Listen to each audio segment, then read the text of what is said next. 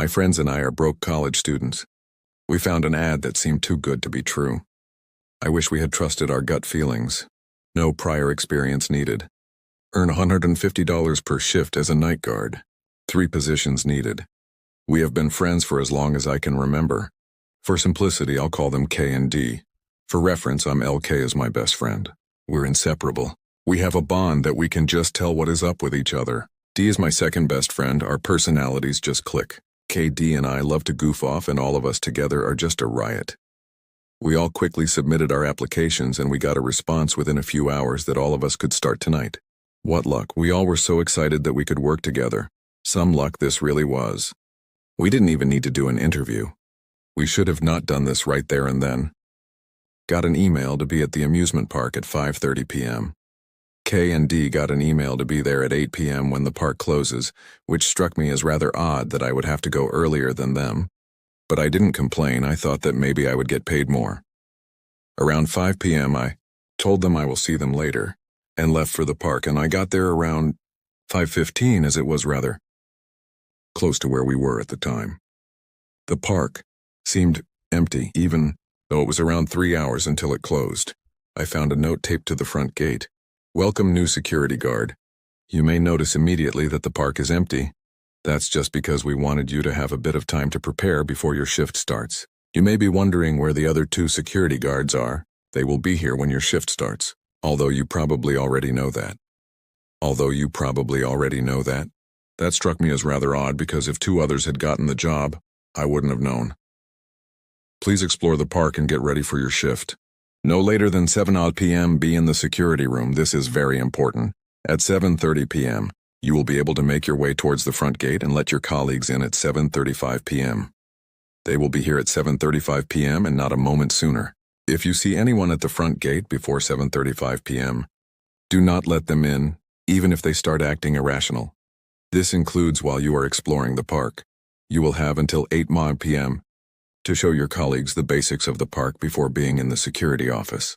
The rules will be posted on the monitors of the park at that time. Be in the security room at 8 p.m., all of you. No exceptions. Your shift ends at 8 a.m. Good luck. Good luck? The hell? What kind of sick joke is this? I took my phone out and looked at the time. 17 glowed back at me. I should have texted my friends right then and there. I don't know why, but I had an urge not to. I wanted to text them. I really did. I couldn't. I physically couldn't. I needed to really see if this was a joke. I push open the front gate. It was unlocked for some reason. It closed behind me and I heard a click noise. I turned around and tried opening the gate, but it wouldn't open. It was locked somehow. This has got to be some kind of sick joke. Has to be, I sighed to myself. I looked at my phone. 5:20. I decided to call them now. I found the contact named K. I rang the number. Nothing happened. I was really confused. I tried ringing again. Again, nothing happened. I felt the feeling of being watched. I looked up and screamed. K was at the gate smiling. He was smiling abnormally huge. His smile reached from almost ear to ear. And those eyes, they looked like they were piercing through me, through to my soul. I was really unnerved. K? I could feel you trying to call me L. We have that bond. Where's D? He's on his way right now. He still had that unnerving smile on him. I'm gonna go explore the park. Suddenly he started banging on the gate. Let me in, L. I bolted. I didn't care how real K seemed. This wasn't him. Before I realized it, I had bolted across half the park. I checked the time. 30. I had an hour and a half before I had to be in the security room. I spent the next hour and 25 minutes roaming the park. I passed by the front gate once on my trip. I didn't want to look, but I felt someone watching me from there. I looked. K wasn't there anymore. I could still feel those eyes looking at me, though. Somewhere from beyond the gate, my mortal body being pierced. I looked at my phone when I arrived at the security office. 6:57. I figured I should listen to the note, especially after what just happened. I got inside and decided to lock the door. That turned out to be a good decision. As soon as the clock hit 7, there was screaming and banging on the security door. The banging got more aggressive. I thought the hinges were going to break on the door. That's how hard the banging was. The screams as well. Oh God, those screams. I can never get that out of my head. It sounded like the depths of hell itself outside the door. I was frozen in place. My life was flashing before my eyes. Every regret I had, everything I would leave on Earth as my legacy. It seemed to drag on for hours, even days, as time seemed to slow. In reality, it couldn't have even been 30 seconds when the banging and screams altogether cut. I apprehensively checked the security camera outside the office. Nothing was there. I looked at the clock on the wall. It said 7:30. 7:30? Maybe I misread the clock? I was mortified by what had just happened after all. Still 7:30. What kind of hell is this? I barely sprouted out. 40. The note at the front stated all of us needed to be in the security room at 8 p.m. No exceptions. I'm so glad I looked back at the desk. There was a key for the front gate there. I didn't know what to make of the situation, but clearly whoever left the note knows what's going on here. I put all my trust in the note. I figured that I was safe. I unlocked the door and bolted towards the front gate. Despite it being a 5-minute walk, I made it in only a minute. K and D were at the gate. I could tell that K was really here this time. Oh, thank fuck y'all are here, completely out of breath. What's going on, L? They said, this is a nightmare job. I'll explain what happened. Just follow me to the security room, I said. I unlocked the gate for them and relocked it when they got in through the gate. We spent the next 15 minutes walking to the security office while I recounted the events to them. We entered the security room at 7:58. Dude, I don't believe you, D stated. I don't know. He wouldn't lie about something like this. K chimed in. I decided to show them my front gate note I had in my pocket as proof. I reached into my pocket and grabbed nothing. The note wasn't there. What the fuck? The note's gone. What kind of paranormal shit is this? I spurted out. We closed the security room door and locked it. Told you he was bullshitting us, D said. I looked over at the monitors. I saw something I hadn't seen when I was in here before. It was the rules on the monitors.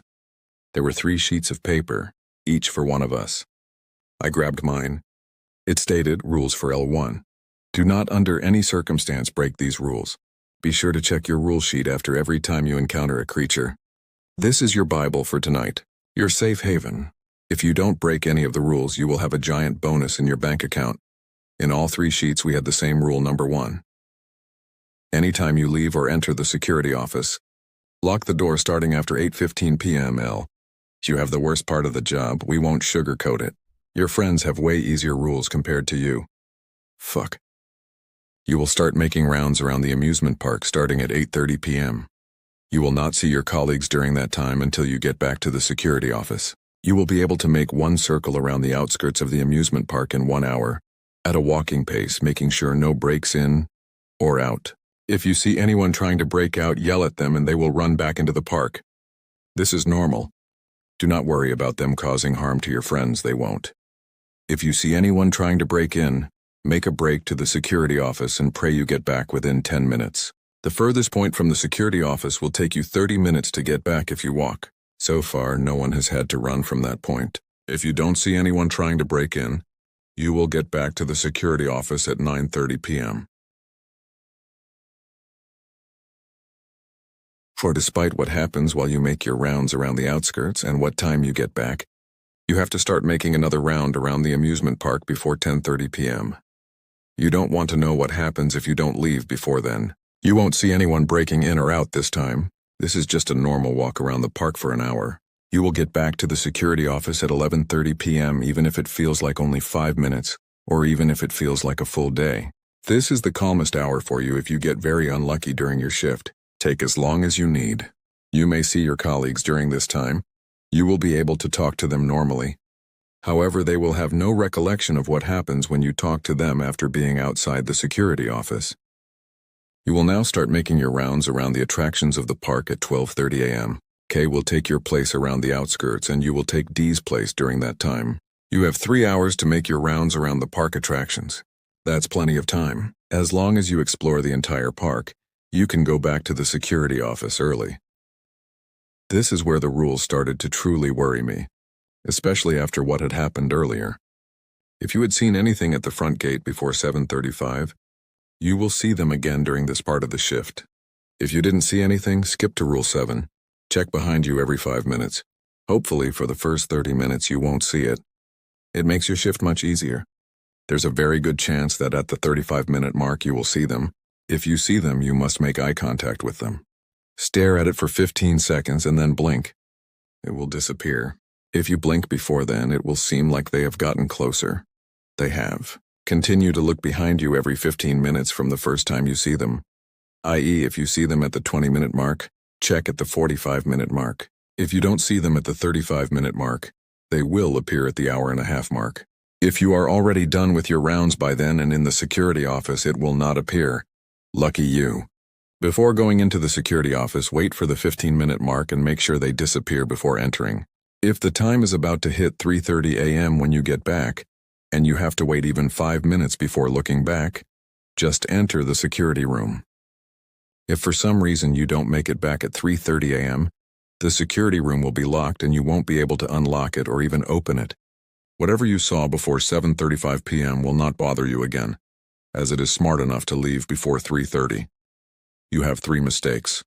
Use them wisely to survive. Survive? A sense of dread filled me. If you saw someone at the front gate, you may skip this rule. It won't affect the rest of your shift.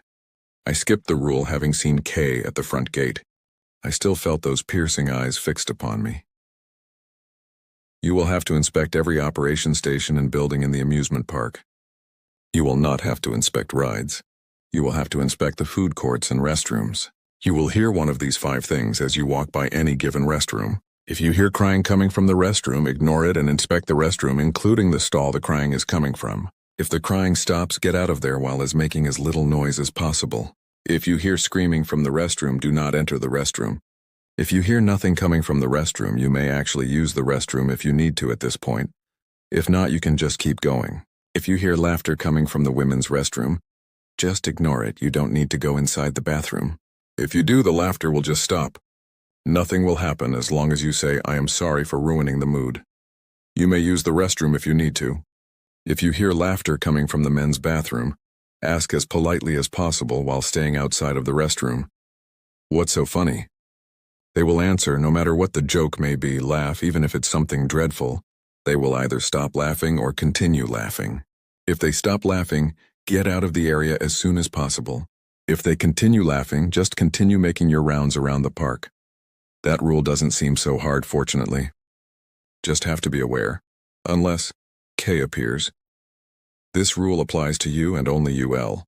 At 3:33 a.m. The screaming and knocking will be back. You are safe in the office, no matter how hard the banging is and no matter how loud the screaming is. Only you will hear it as it knows your presence. It will stop at exactly 3:35 a.m. You do not have to do anything else until 4:45 a.m. If you are still outside the security office, find some place to hide. It does not matter where, just hide and hope for the best. Cover your neck and attempt to cover your ears. After 3:35 a.m., you have until 4:30 to make it back to the security office. It will be unlocked. Be sure to lock it behind you. If you do not make it back at 4:30 a.m., the park will take that as you losing the gamble of being outside. It will consume you. If you do make it back, you will be able to do the next part as if it were a normal security guard camera job. You will be able to ignore the rules after this one. The park knows your presence. It sees you survive the absolute worst it has offer, and will not attempt to combat you anymore. That is only if you are outside the security office between 3:33 a.m. and 3:35 a.m. Shit, I cursed out loud. I looked up from my rules list to see K and D reading their rules with a look of disgust on their faces. It looked like they were both taking this seriously. Good thing they are. I looked at the clock. It said 8:25 p.m. I guess I would have to finish the rules later. I have to make rounds around the outskirts of the park in 5 minutes. This sounds like absolute hell. I have to check the entire park. What the hell? D is usually the type not to get scared by this type of stuff. I think I have the worst of it. The rules literally state that I have the worst part of the job. I barely managed to squeak that out. I'll be watching you two on the security monitors, Kay said. Doesn't sound so bad for me. 30 p.m. Good luck, guys. I left the office making sure to lock it behind me. I took a deep breath. I definitely need that luck right about now. I make my way to the edge of the park right by the security office and begin walking, mumbling incoherently to myself. Stepping in the grass gives me some solitude, yet I don't know why. Wait a minute. I'm not mumbling. I look up. It hasn't even been a minute since I left the security office.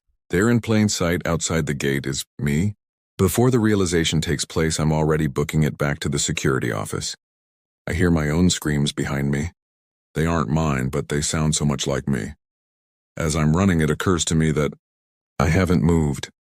I turn around to face me, and I'm still in the same place. I'm confused. Isn't it supposed to be chasing after me? It seems to take notice when I think that. If I weren't paying attention, I almost would have missed it. But it dissipated behind a tree outside the park, only to reappear climbing the gate.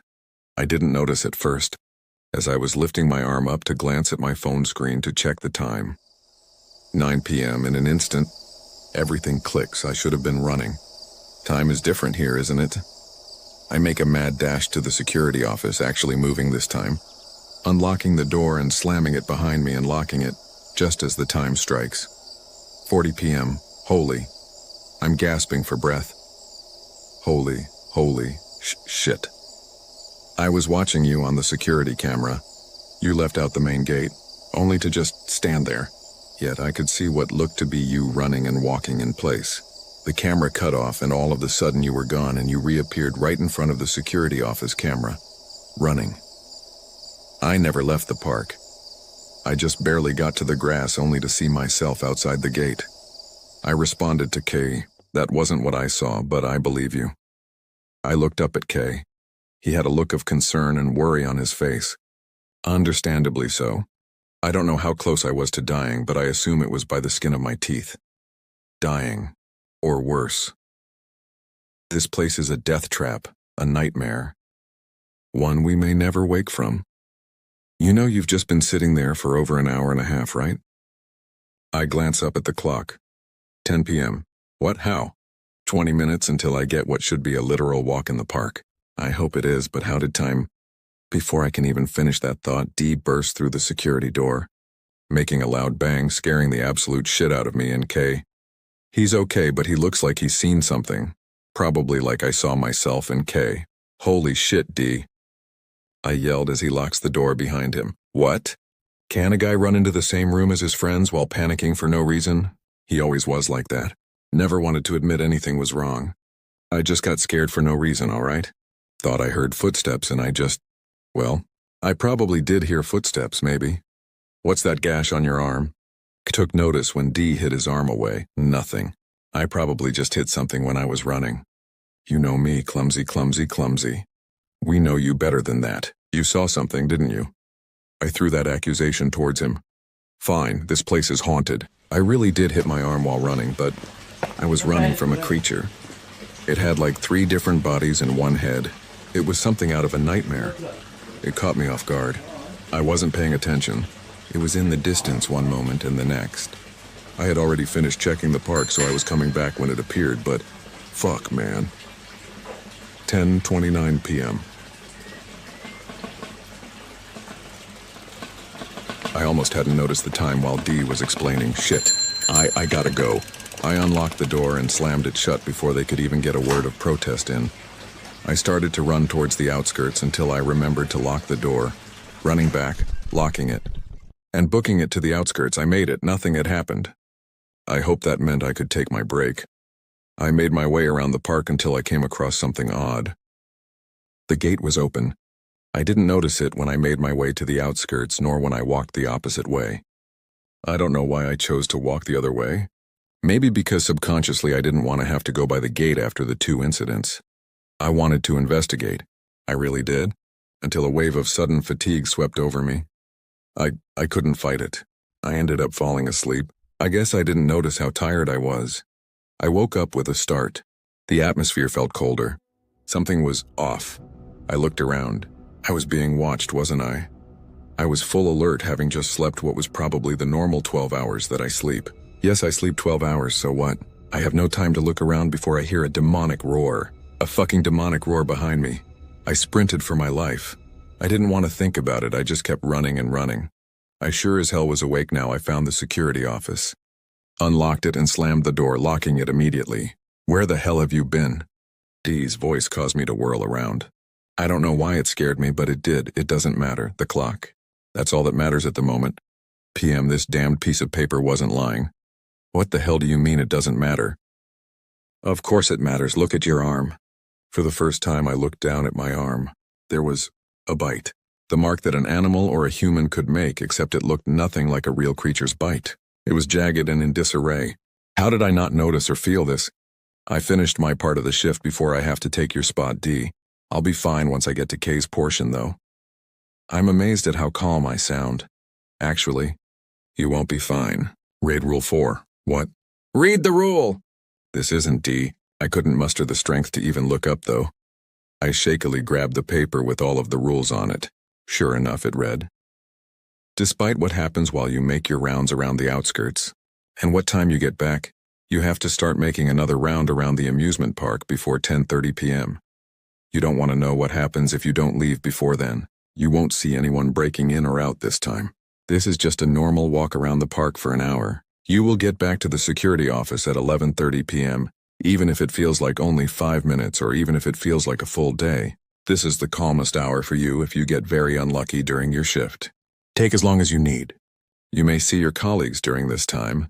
You will be able to talk to them normally. However, they will have no recollection of what happens when you talk to them after being outside the security office. Whatever you do, don't fall asleep during your 10:30 shift, no matter how tired you suddenly feel. I reread it over and over, but it still didn't change. That's when I realized Rule 1.1. Do not under any circumstance break these rules. Be sure to check your rule sheet after every time you encounter a creature. This is your Bible for tonight. Your safe haven. If you don't break any of the rules, you will have a giant bonus in your bank account. Be sure to check your rule sheet after every time you encounter a creature. I look up at D. It's not him, though. It's me. My brother Kevin, not his real name, I'm trying to keep some anonymity, has always been outdoorsy. Growing up, he would wander off into the woods behind my parents' property and stay out there for hours. He said that being out in nature brought him a lot of peace. A few months ago, things kind of spiraled for him. He lost his girlfriend, his job, and his apartment within 6 weeks. He ended up moving back home with me and my parents to try and get back on his feet. It was hard to see him like that. I mean, he was never someone I would describe as an eternal optimist, but that little spark he always had was gone. This past spring, I found him sitting at the kitchen table in the middle of the night. He was picking apart a piece of cold pizza, and it was the first time I had seen him almost eat something in days. I told him maybe he should get back out into nature, take some hikes, or maybe do a solo camping weekend. I said that I had noticed he had seemed down lately, and maybe being out in the world could help me get back to himself. In the moment, I wasn't sure if he was really hearing me, but he took a bite of pizza, squeezed my hand, said he loved me, and went back to his bedroom. The next morning, he announced to my parents he was going to hike the Appalachian Trail. My mom was hesitant, but Kevin told her that he knew enough about himself to know that sitting at home in his room was causing more stress than if he could go out and just be in the place that made him feel most at ease. My dad just said that as long as Kev checked in every few days or so, he didn't see a problem with it. My dad pointed out that it wasn't like Kevin didn't have the experience. He was a Boy Scout turned Eagle Scout turned camping enthusiast. People do that hike all the time, Kathleen. If it were dangerous, no one would be bragging about it. I remember him saying those words exactly. I don't know why they stuck in my head the way they did. But maybe it was the way Kevin seemed to brighten up a little bit after my dad gave his blessing, in a sort of roundabout way. The next 2 weeks were spent helping my brother pack what he would need, registering his hike and buying a plane ticket to Georgia, where he would start his trip. The night he left, our mom was a mess. She kept fussing over him as if he wasn't a full-grown man. She kept asking him if he had everything he needed, and he just kept assuring her he did and would check in with us once he got to Trailhead. Looking back now, he seemed genuinely excited. If I had known what would happen, I would never let him leave. My brother called like he said he would just as he was beginning his trip. He even sent a photo in our family group chat that showed him up against a backdrop of purple-blue mountains and lush greenery. He had a thumbs up and his signature slightly off-center smirk. He wrote, "Finally made it." Love you guys. Talk when I get better reception. Over the next few days, Kevin would send a photo or video, usually of his surroundings, but occasionally he would send a selfie with the caption, "Proof of life." But as the days wore on, we stopped getting updates as frequently. What was a text at least once a day became a text once every 3 or 4 days. My dad blamed it on spotty cell reception, which made sense. And it wasn't as if the messages stopped all together. And from what I could piece together, from his photos and short text bursts, he was making good time. It was around a month and a half into his trip when we realized it had been almost 2 weeks without any communication from Kevin. We called the authorities. We gave them all the information that we had, but based on what we knew, it was hard to say he was even missing. As far as the police were concerned, he had gone off-grid with the intent of going off-grid.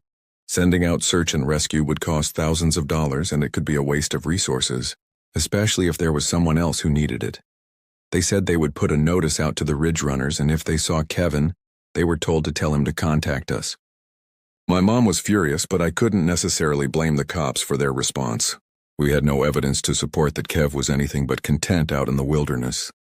A few days later, a text came through, just a photo of sunset and the words, "Everything is okay here." That began the new normal of communication with my brother. There would be long stretches of time where we would hear nothing, just long enough for my mother to start panicking. And then we would get a blurry photo and a generic caption like, "Look what I saw today," or "Wish you were here."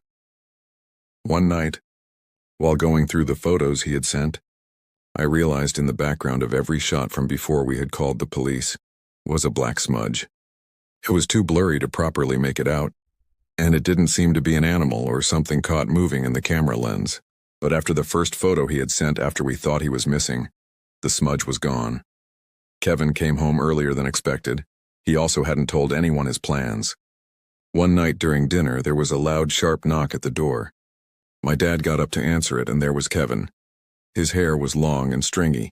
He had grown a patchy beard over his cheeks and jaw. His lips were dry and cracked, and his gums were coated in a dried layer of blood. He was rail thin. He had lost at least 30 pounds, and he wasn't a large man to begin with. His clothes were filthy, caked in mud and debris, and his shorts looked like they had been worn thin at the sole. My mother made a sound almost like a yelp and rushed over to him. The smell coming off him made me gag. It smelled like he had smeared rotting meat under his armpits. My dad just looked at him in shock. When he finally spoke, his voice was dry and raspy as if he hadn't used it in weeks. "Mom." That was all he could say before he practically collapsed in her arms. I won't bore you guys with everything that happened after that. There was a lot of hugging, some tears, and then a very, very long shower, but something didn't feel right. Kev went to bed pretty much immediately after. He barely even looked at us. The next morning he ate breakfast with a ferocity that made my skin crawl. He was gulping down huge mouthfuls of food, barely stopping to breathe. My mom just kept piling his plate with bacon, eggs, and toast. He stopped only after he had consumed a whole loaf of bread, 2 packages of bacon, and nearly 2 dozen eggs. I tried to ask him about the trip. Tried to get him to say anything at all, really. But all I got were grunts and uh-huhs before he lumbered back off to his bedroom. The next few days were more of the same. Kev eating an insane amount of food, sleeping for hours, and then mumbling his way through conversations. It took about a week for him to start communicating like a human being again. But even then it was stilted, awkward, unnatural. He's been home for almost a month now, and something isn't right. His voice had changed somehow. It's still his voice, but it's like there is a second voice buried underneath it, like someone is trying to harmonize while he speaks. He lumbers around the house like his knees are locked in place, but he refuses to go to the doctors. The worst part is the smell. It still won't go away. No matter how often or how long he showers, he still reeks like death. I could have maybe ignored all of this, maybe blame it on being isolated in the woods for weeks, but after what happened tonight, I couldn't sleep. That feeling of fear in my stomach I felt ever since he's been back hasn't gone away, and honestly, it keeps me up most nights. I was trying to will myself to sleep when I heard the back door creak open. I crept out of my bedroom and down the hall. From my viewpoint, I could see into the kitchen through the window into the backyard. I saw my brother, perched on his hands and knees. He was twitching wildly, like every muscle in his neck and head were spasming. He widened his stance and thrashed his head towards the ground and out of my line of sight. I was worried that maybe he was having some kind of seizure, so I ran out to check on him, and that when I saw it. His head was buried deep into the carcass of one of our neighbor's cats. He was chomping down on its tiny body, blood oozing out between the gaps in his teeth. The thing had clearly been dead for at least a day or so. Its body bloated and its eyes were dull and hazy. Kevin reached inside the cat's body and started to strip off pieces of muscle and tendon, slurping them up the same way he had been eating our mother's cooking. Pressing his thumb into the thing's skull, he popped out one of its eyes and tossed it back like a grape. I ran. I ran back into the house and locked the door behind me. I was about to run back to my bedroom when that smell hit me, that horrible death stench that had been wafting around my brother. I opened the door to his room and inched a few feet inside. Wrapped in his bedding were the decaying bodies of 20 or so animals, rabbits, mice, squirrels. I tried to run to my parents' room to wake them up, to tell that we needed to call someone. As I turned around, I saw Kevin in the kitchen window. His body drenched in blood, he was eyeing me through the glass, his head tilted at an angle that shouldn't be possible. The vertebrae in his neck strained underneath his skin. He lunged at the window and I screamed. My parents woke up then. They found me in the hallway, sobbing, sweating, shaking with fear. I told them what I saw, and my dad rushed outside to try and, well, I don't know exactly what he was trying to do, but it didn't matter. My brother was gone. We called the police, and they said it sounded like my brother had had some sort of mental crisis. Maybe he had picked up some kind of parasite in the woods that was impacting his brain chemistry. I know they're wrong, though. Whatever that thing is, it is not my brother. My brother left for the Appalachian Trail and never came back. I think whatever that black smudge was in those photos was something that hunted him, and I think it was successful. Whatever that thing was killed my brother, and somehow his body came back home. My brother disappeared, but I am terrified he will come back. The countryside, surrounded by farmland. That summer I remember waking up early to help my dad with the morning chores, and by afternoon I was free to do whatever I wanted.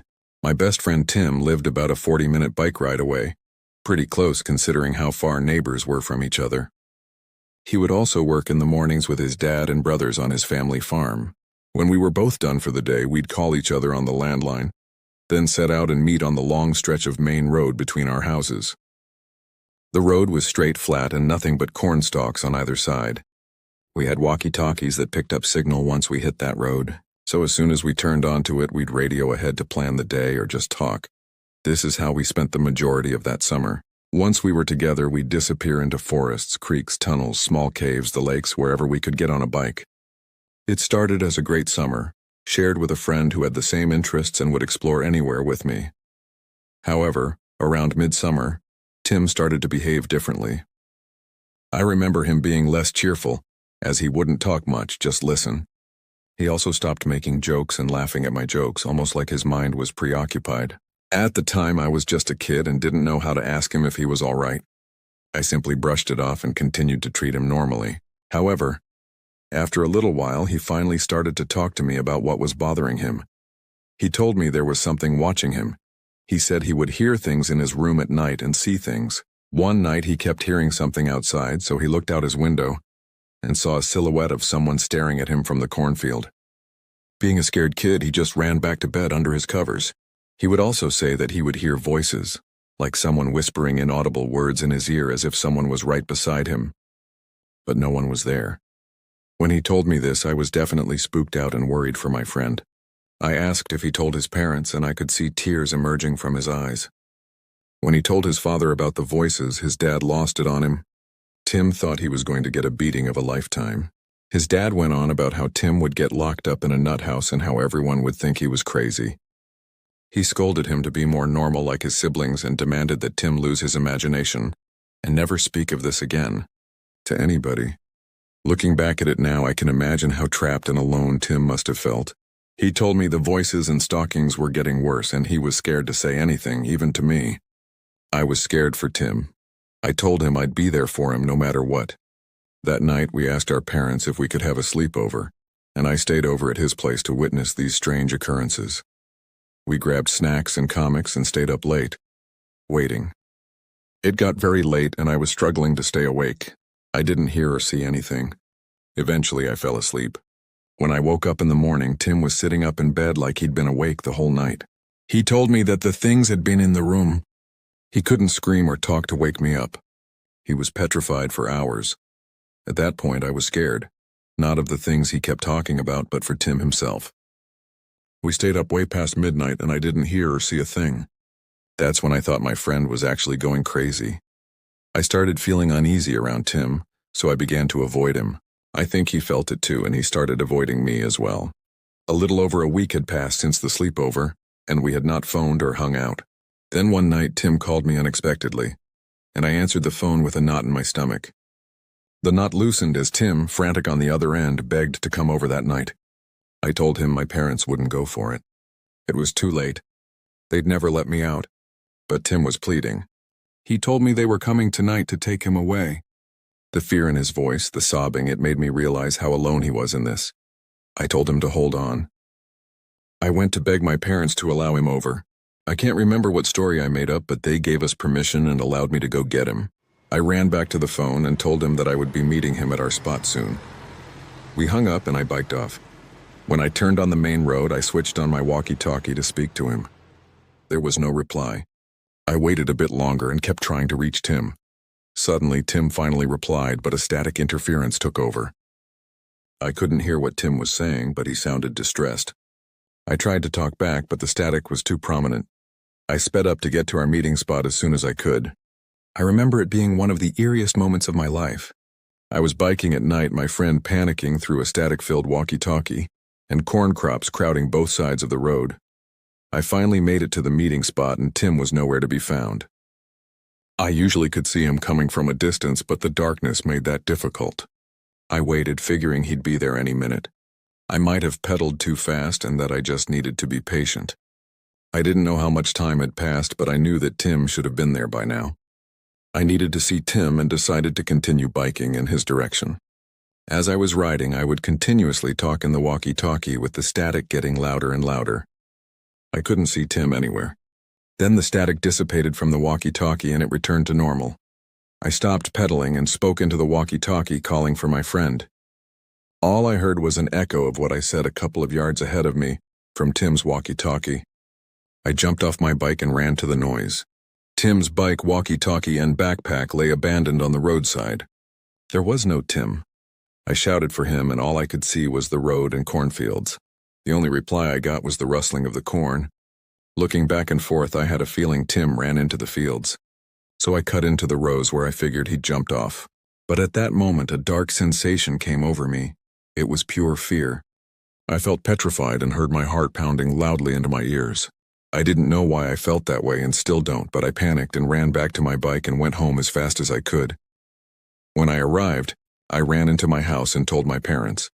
My mom immediately got on the phone with his folks and called the police once they confirmed Tim wasn't at home.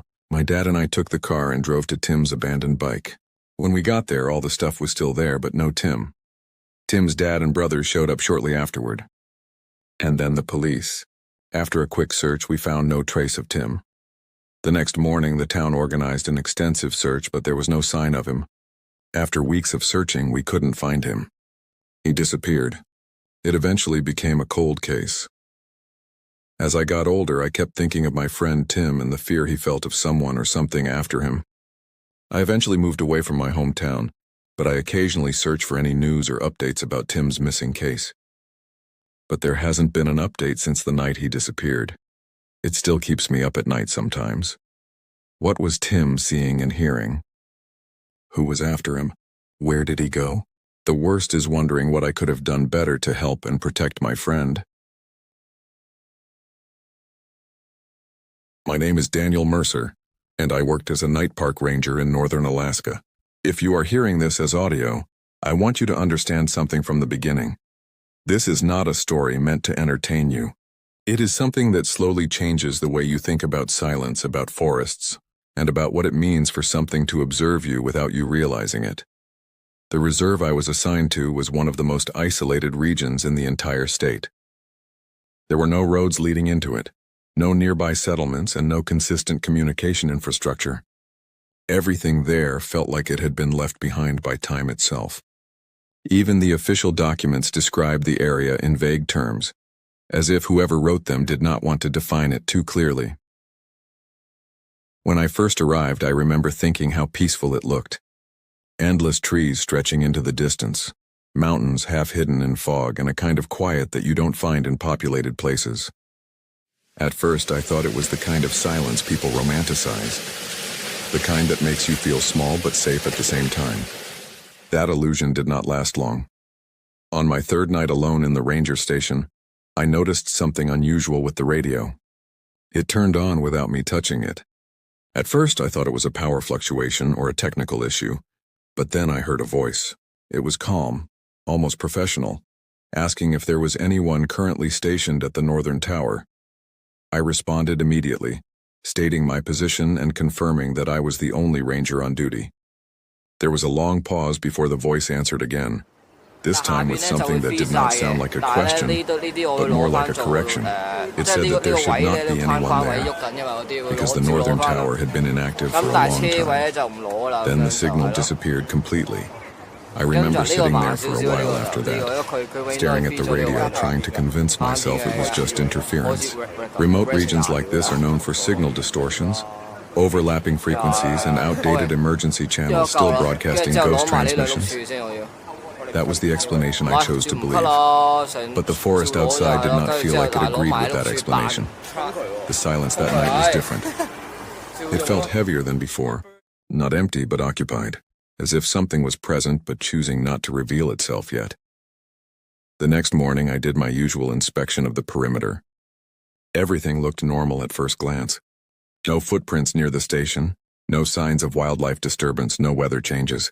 But the deeper I walked into the forest trails, the more I started noticing small inconsistencies. Sounds were slightly delayed, not enough to be obvious immediately, but enough to create discomfort if you paid attention.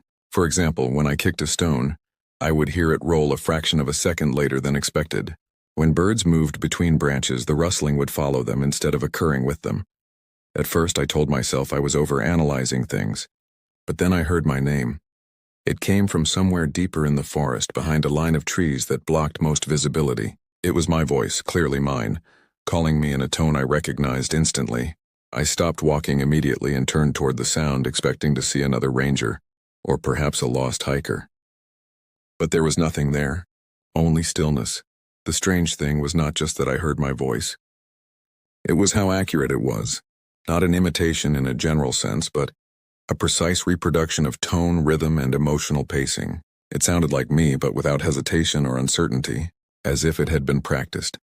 I returned to the station shortly after that, trying to dismiss it as auditory confusion or echo distortion caused by the terrain. But that explanation started falling apart faster than I expected, because over the next few days, the forest began repeating more than just sound. It started with movement. When I walked along certain paths, I noticed that the shadows between trees seemed to shift in ways that mirrored my own direction. If I turned left, something in the distance would turn left as well, even though there was nothing there that should have been capable of movement. When I stopped, the forest seemed to pause too, as if waiting for my next action before continuing. Then came the animals. Deer that normally avoided human presence began standing still when I approached. Not fleeing, not reacting, just observing. Birds stopped reacting to sudden movement. Even insects seemed to follow patterns that were slightly too coordinated to be natural. And then I found the first written note. It was inside the station, placed on the table where I usually kept my logbook. I did not put it there. There was no sign of forced entry, no indication that anyone had been inside. The note simply appeared. It contained 3 statements written in clean, precise handwriting. Do not respond when you hear your name. Do not follow anything that repeats your actions. Do not assume you are the only observer in the forest. I remember reading it several times, trying to understand if it was meant as a warning or a threat. The wording did not feel emotional. It felt procedural, like instructions left behind by someone documenting a known phenomenon. At that point, I still had not accepted the possibility that something in the forest was intelligent in any meaningful sense. I thought I was dealing with environmental anomalies, psychological stress, or perhaps miscommunication from other stations. That assumption ended the night I checked the security footage. The camera feed showed the exterior of the station during the early hours of the morning. At first, everything looked normal. Empty space, static darkness, no movement. Then I appeared on screen. I was standing outside the station, facing directly toward the camera. I was not moving, just watching. Then I spoke. My mouth moved, but not perfectly in sync with the audio. Slight delays, slight mismatches between intention and execution. I said something I do not remember saying. Something about the forest learning faster than expected. After that, I turned toward the camera and smiled, but I am certain I did not make that expression consciously. When I realized what I was seeing, I tried to review earlier footage, but it was already overwritten or corrupted.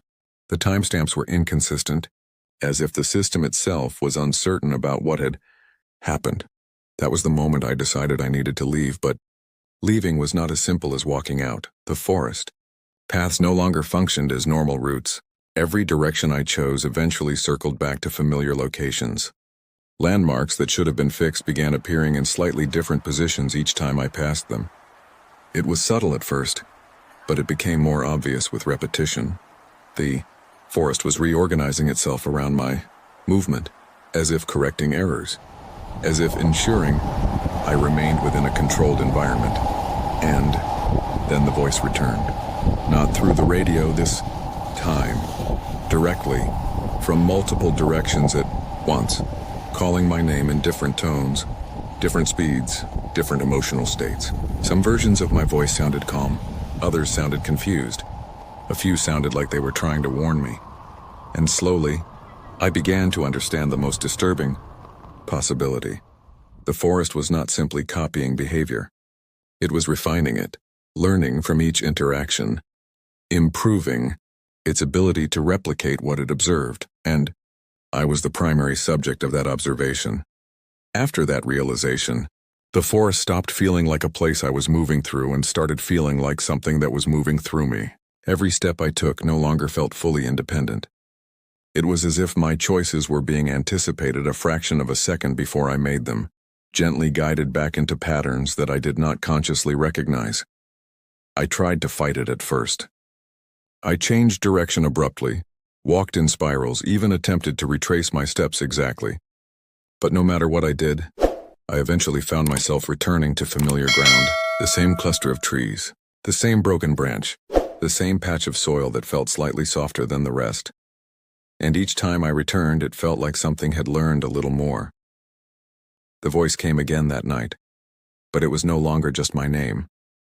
It was entire sentences now, constructed slowly, imperfectly, like a child assembling language from fragments of overheard conversation. You are still here. We are adjusting. This is difficult, but improving. I stopped responding to it.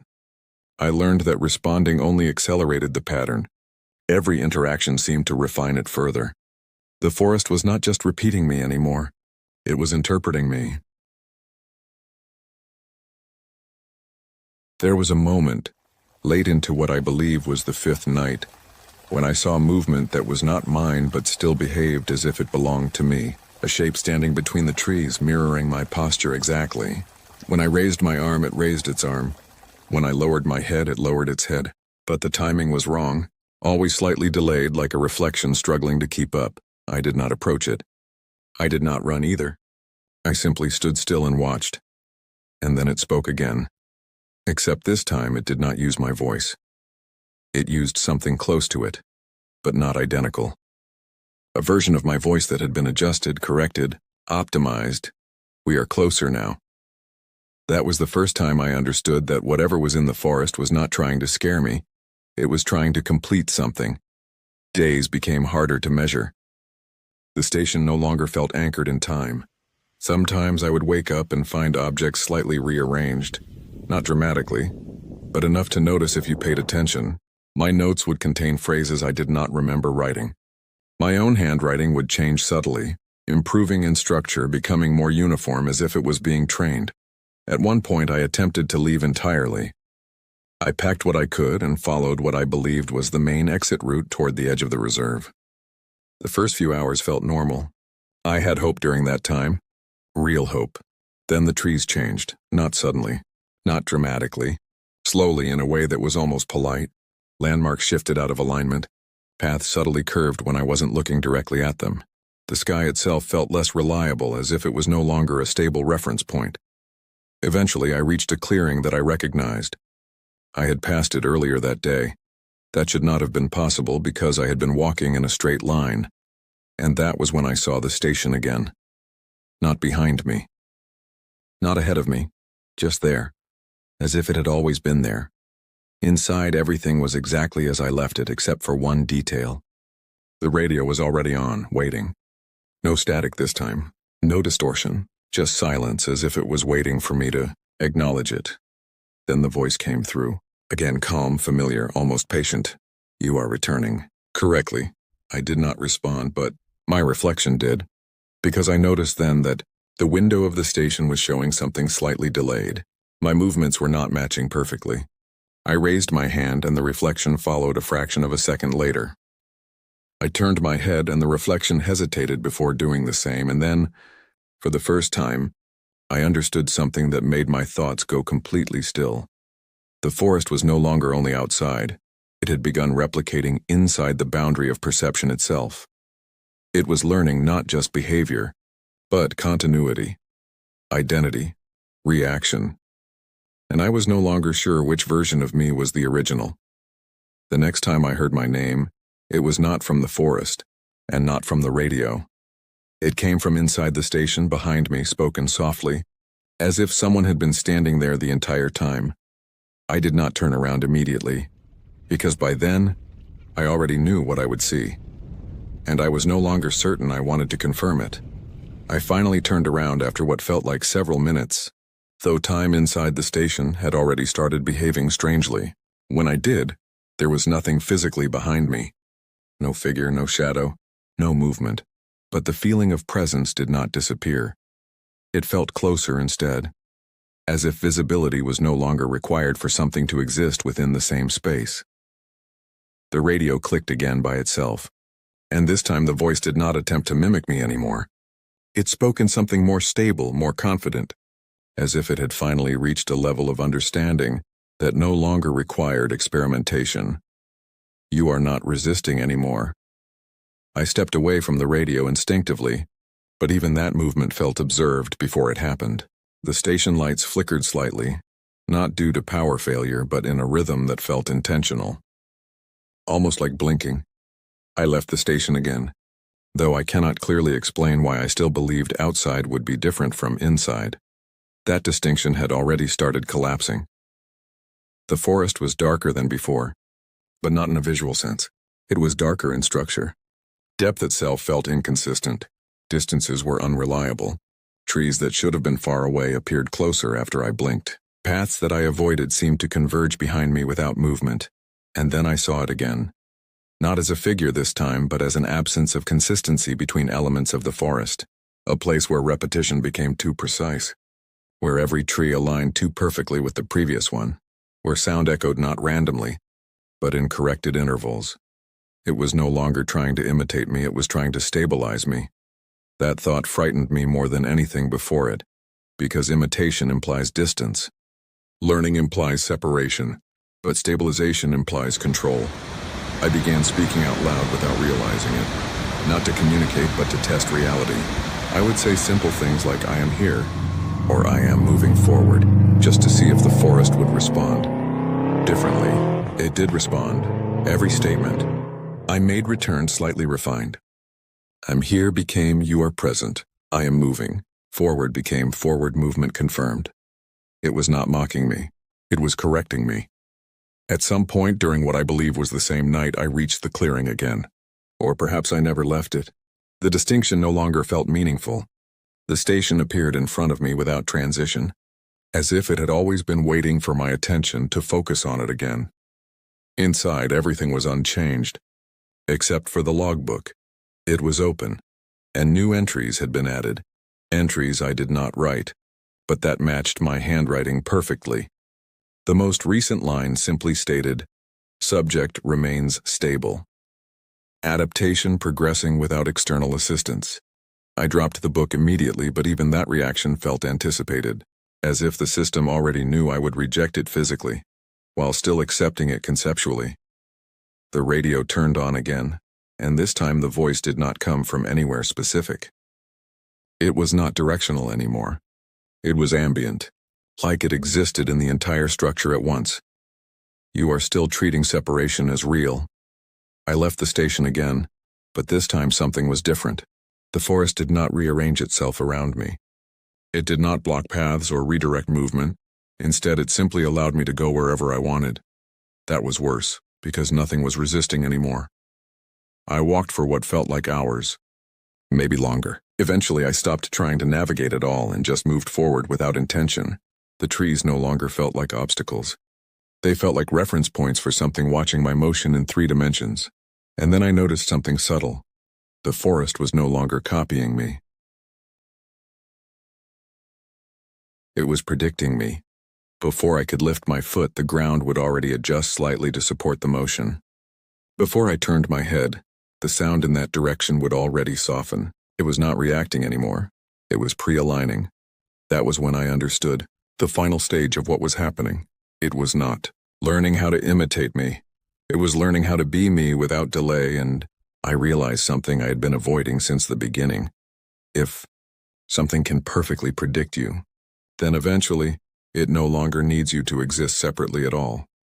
At that point, I stopped walking, not because I was tired, but because I was no longer certain whether the decision to stop was mine.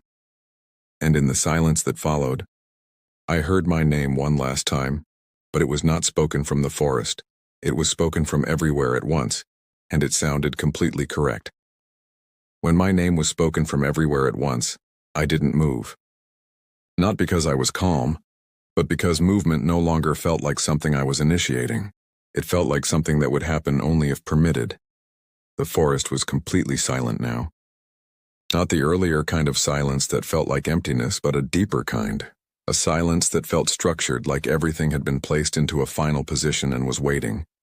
Then, very slowly, the radio inside the station turned on one last time. There was no static. No distortion, no hesitation, just clarity, and my own voice. But it wasn't speaking to me anymore. It was speaking as if I were no longer present to respond. You have been fully integrated. I remember stepping backward without deciding to. The door of the station remained open, but I could no longer clearly see where outside ended and inside began. The distinction had collapsed completely. The forest, the station, the air, even the sound itself. Everything felt like one continuous structure. And then I saw, and not a figure standing in the trees this time, not a shape trying to imitate me, but something more complete, a presence that no longer needed form to be recognized. It wasn't moving, because it didn't need to. It wasn't observing, because observation implied distance. It was simply there, in the same way a thought exists before it becomes language, and I understood. Finally, that everything I had experienced, the voices, the repetition, the corrections, the adjustments, was not an intrusion into my reality. It was the formation of a shared one. The forest had not been copying me. It had been absorbing the pattern I represented until it could sustain it independently, and I was the first complete version of that pattern. My thoughts slowed after that, not because they were fading, but because they were no longer needed to progress in sequence. Everything felt immediate, simultaneous, like awareness without time. I looked at the station one last time. It no longer felt like a building. It felt like a memory that had not fully decided whether it belonged to me or to something else. The radio spoke again, this time, softly, almost gently. Do you want to remain separate? And I realized I could not answer, because even the concept of separation no longer had a stable meaning. The forest did not force anything. It did not take. It did not demand. It simply existed in a way that made individuality unnecessary. And in that final moment, there was no fear, only recognition, that whatever I had called me was never being erased. It was being completed. There is no clear ending after that, only continuation. And sometimes, when the forest is quiet enough, when everything aligns just right, the system still tests names in the dark, not to call them, but to confirm they still respond correctly.